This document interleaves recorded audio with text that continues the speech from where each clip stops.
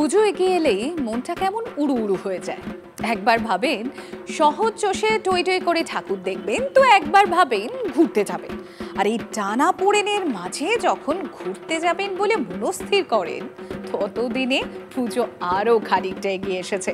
আর তাই ট্রেন বিমানে টিকিট পাওয়ার আশা করাই যায় না। কিন্তু তাই বলে মনের ইচ্ছা পূরণ হবে না তা কি হয়? কলকাতার কাছেই আশেপাশের জেলায় রয়েছে এমন এক জায়গা যেখানে পুজোর কটা দিন নিরিবিলিতে কাটিয়ে আসাই যায়।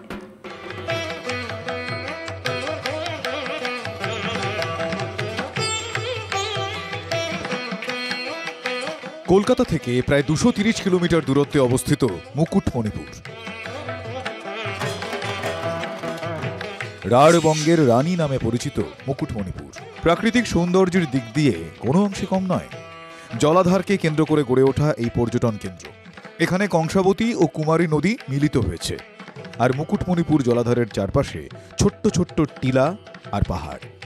এর পাশেই রয়েছে কংসাবতী বাঁধ। এটি ভারতের দ্বিতীয় বৃহত্তম মাটির বাঁধ, প্রায় 11 কিলোমিটার দীর্ঘ। এগুলোই মূল আকর্ষণ মুকুটমণিপুরের। 1956 সালে মুকুটমণিপুরে এই জলাধার তৈরির পরিকল্পনা করেন রাজ্যের প্রথম মুখ্যমন্ত্রী ডক্টর বিধান চন্দ্র